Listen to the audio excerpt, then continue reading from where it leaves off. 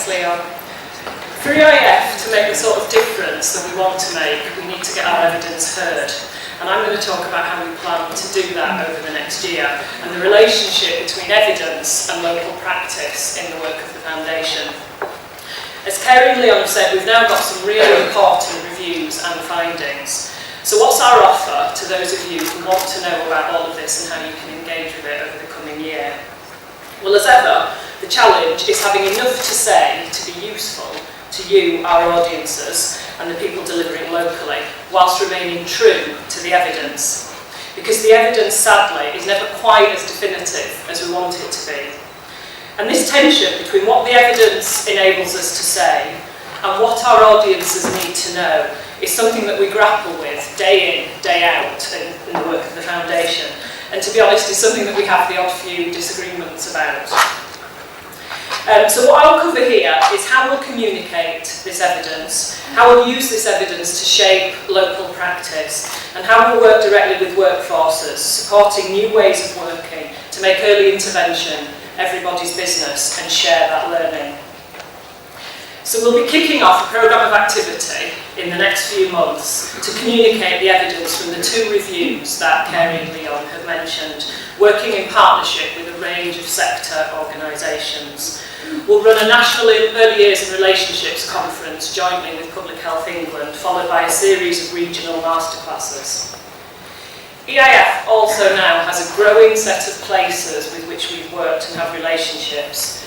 We began in 2013 with our 20 pioneering places, who were then shortly followed by a set of areas that we worked with on early years, and then others.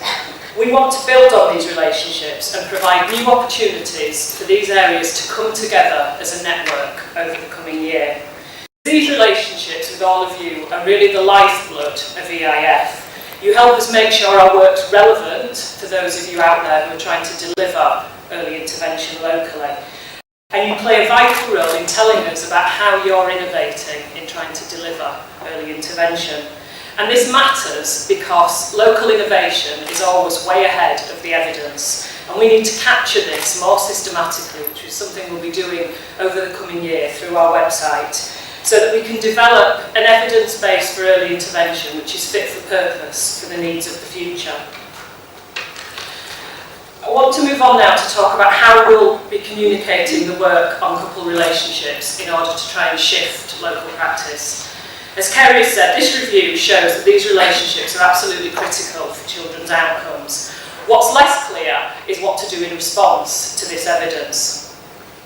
This is new territory for early intervention, and there's no blueprint for what it would look like to embed a focus on couple relationships into your local family support landscape. The next 12 months we'll be taking this review and its arguments and developing the answer to the so what question. We plan to develop a blueprint which sets out what this means for local commissioning, what this means for people responsible for services for troubled families locally, what this means for people who are thinking about their early help, workforce development, for early years services, for health visiting, and so on. And at the same time, we'll be working with the Innovation Unit and 1+1, both of whom are here today, and others, to support and learn from the 12 local authorities, most of them EIF places, who have been funded by DWP to develop a relationship support into their local family services. These areas have thought hard about why it is services currently neglect this issue and recognise that practitioners often feel awkward about asking questions about the quality of the couple relationship and might not know if services are available if people do want help. So all these areas are innovating around the idea that a better trained workforce with the confidence and willingness to ask questions about the quality of relationships and with easy access to support services will be able to improve outcomes for children. Our ultimate aim here is to shift the dial on the extent to which parental relationships are seen as a site for early intervention. We recently ran a survey asking people from local areas how far support for parental relationships was currently included in their local family support structure. Whilst 86% that supporting these relationships should be a priority in local services, only 21% said it actually was. And what we also found is that this is not something which features across some really key areas of local activity. Just to give some examples, only 8% of the people felt that this was something that was included in their current midwifery and health visiting services. Only 15% thought it was reflected in their family workforce development plans, and so on. So by the time of the Early Intervention Foundation conference in 2019, I'm determined to show you a different version of this graph with these percentages significantly increased, and we think that's possible. The final area I want to touch on is a much more fundamental question about how you can make sure that all opportunities for early intervention are seized. Because there's a broader role for EIF, which is less about starting with evidence and is more about working with the front line, helping them to do things differently, to deliver early intervention, and in so doing develop new delivery models that over time can be tested. Early intervention is not, and never has been, just the job of the people who work in the early help service. The only way to make sure that early intervention happens when it's needed is for frontline workers across public services to take ownership of the needs and risks that they spot in their day-to-day work. Because spotting risk is actually often the easy bit. What's much more challenging is how you make sure that something happens. And this often requires professionals to step outside their traditional role boundaries. To give an example, we've been exploring the role of the police in early intervention, working with a group of police leaders from across England and Wales. Most of them are here today. And this has been the first time we've worked with a specific workforce in this way. It provides a model that we want to replicate with other workforces going forward. The police are not the most obvious workforce in relation to early intervention, but actually very well placed to spot those children, young people and families who may struggle in life. And often the risk they spot doesn't lead to action by partner agencies. One of the police officers who's in the audience today described to me recently kicking down the door of a house to find a young person suspected to be in possession of a firearm. The young person, the firearm was found and the young person taken in for questioning, and the front door was put back on its hinges and the property secured. The police are very good at dealing with the issue in hand in that sort of way. But working differently here is about that police officer recognising that there are 3 younger siblings in that property who've just witnessed a really traumatic incident. Working differently is telling the school who need to be aware that day that this has happened and making sure that support's available for those children if it's needed. And helping those siblings avoid going down the same path of involvement in gang activity and youth violence. This is changing frontline practice as our police leaders are all trying to do things differently in situations such as domestic violence call-outs, where children go missing and where young people are at risk of offending, and a range of other situations. And I think one of the most important realisations through this work for our delegates has been that as a police officer you can waste a lot of time arguing that the problems you see aren't your responsibility and that another agency should take the lead. But while you do that, opportunities for early intervention are being missed.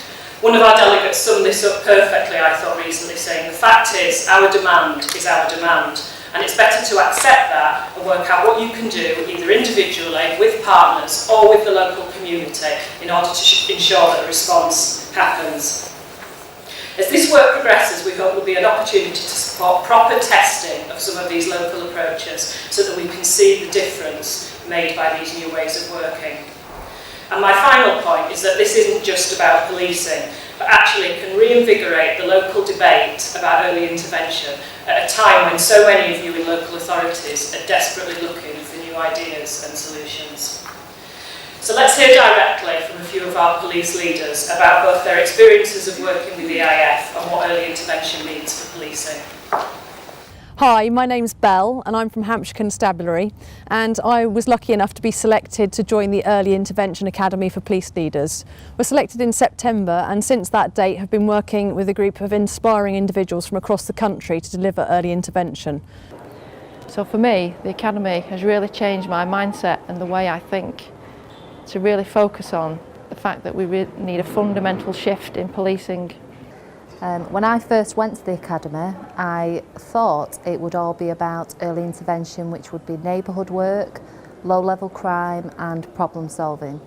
So the key learning really is that this isn't low-level crime, it's not just neighbourhood work. It's something that affects whether it's public protection, high risk, domestic abuse cases, or whether it be counter-terrorism, or whether it be the neighbourhood policing role, but it's a fundamental shift in our approach to policing.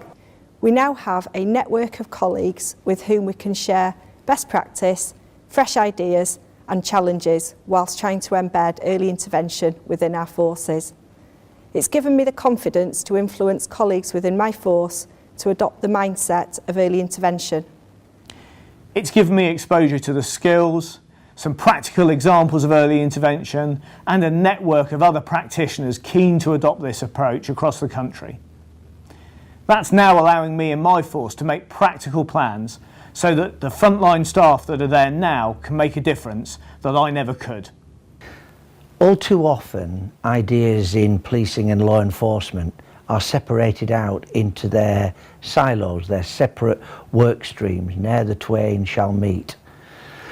Let's think about one or two concepts that I've tried to encourage people in Durham to weave together.